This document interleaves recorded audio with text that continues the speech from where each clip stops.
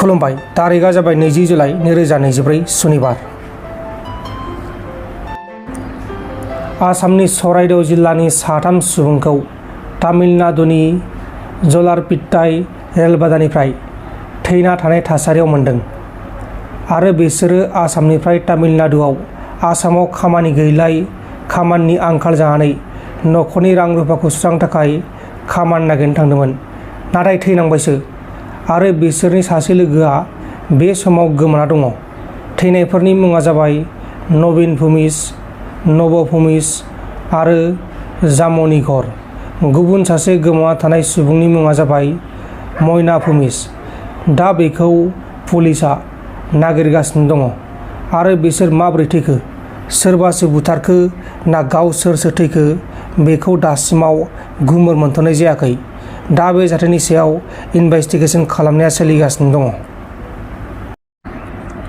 काछाराव आसाम पुलिसआ उदखारि आफादनि सन्देह जानाय साथाम दायनिगिरिफोरजों लोगोसे बिसोरनिफ्राय गोबां बिबांनि हाथियारफोर हमनो हादों। पुलिसआ खौरां मोननानै अपारेशन खालामनायनि उनाव बिसोरखौ हमनो हादों।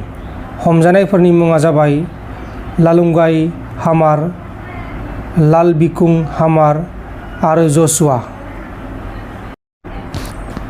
गवालपारा डिस्ट्रिक्टनि सिङाव थानाय गवालपारा टाउन साखाथियाव थांनाय 14 जुलाइ खालारखालि हरनि समाव सासे मुंदांखा बिजनेसमेन अशोक गयालखौ गावथारनाय जाथायाव लोब्बा थानाय सानै दायनिगिरिखौ पुलिसआ नायबिजिरनानै एरेस्ट खालामखांनायनि उनाव कासुदेव लाबोनायाव खारखुमानो नागिरनाय समाव सानैबो दायनिगिरिखौ पुलिसआ गुलि गावदों आरो सानैबो दायनिगिरिया गुलि नांजानानै गोब्राब जखम जादों। गुलि गावजानाय सानै दायनिगिरिफोरनि मुङा जाबाय हासान आली आरो जाहिदुल इस्लाम।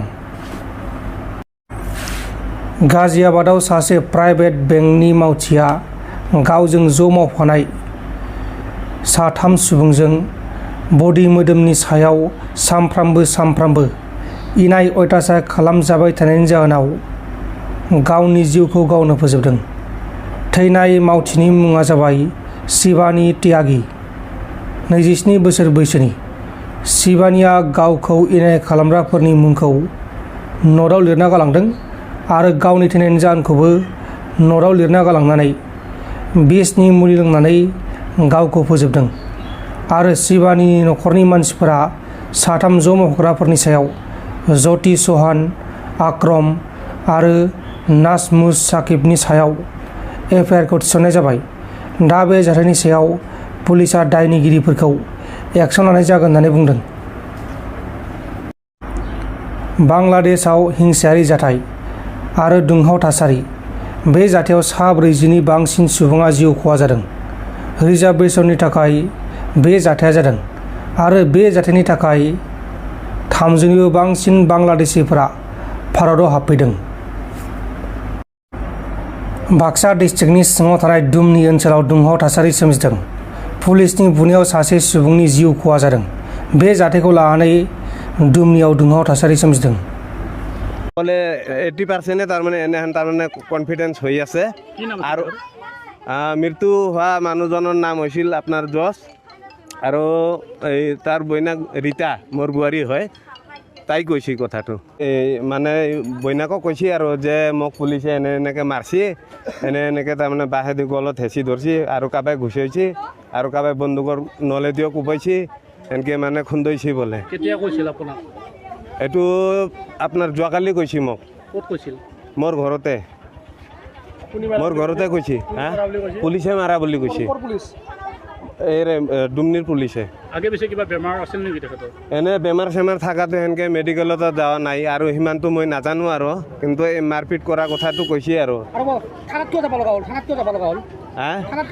থানাত যাব লগা হ'ল তাৰমানে তেওঁৰ ঘৈণীয়েকে বোলে কেছ দিছিল নে এজাহাৰ দিছে সঠিকভাৱে মই নাজানো, কিন্তু আপোনাৰ থানাত লৈ গৈছে বোলে পুলিচে লোৱাৰ পিছত তাৰমানে তাতে বোলে মাৰপিট কৰিছে।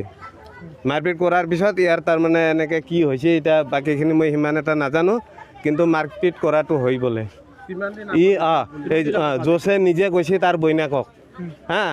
যোৱাকালি বোৱাৰীটোৱে তাৰমানে কান্দি মোক কৈছিল কাৰণ মোৰ ঘৰতো প্ৰগ্ৰাম এটা আছিল মোৰ এই বোৱাৰীটো মোৰ 3 দিনমান হ'ল অহা যোৱা কৰি আছে আজি ৰাতিপুৱা আহিছে বোৱাৰীটো যোৱাকালি ৰাতি মই আহিবা দিয়া নাই কিয় কাৰণ আহিলে কি কৰিব ইয়াতে আৰু অস্থিৰ হৈ যাব কান্দা কাটি কৰি গতিকে আজি ৰাতিটো থাকা কালি পুৱাই যাবা কিবা বেমাৰ আছিল নেকি কাৰ তেখেতৰ যিটো মৰিছে যি তেওঁৰ বেমাৰ আজাৰ থকাটো মই সঠিকভাৱে গম নাপাওঁ এতিয়া কি সন্দেহ কৰে আপোনালোকে আজি মৃত্যু হ'ল তেখেতৰ এনে সন্দেহ কৰোঁ আপোনাৰ এই পুলিচে এইটো মাৰা বুলি মানে সকলে 80% তাৰমানে এনেহেন তাৰমানে কনফিডেঞ্চ হৈ আছে কি নাম আৰু মৃত্যু হোৱা মানুহজনৰ নাম হৈছিল আপোনাৰ জছ আৰু এই তাৰ বইনাক ৰীতা মোৰ বোৱাৰী হয় তাই কৈছে কথাটো नोंथांमोन दिननि खौरांफोरा बेखिनिल'मोन बेखिनिसिम नायनायनि थाखाय नोंथांमोननिसिम रोजा रोजा साबायखर गोजोन्थों एसेनोसै जै बर' हारिनि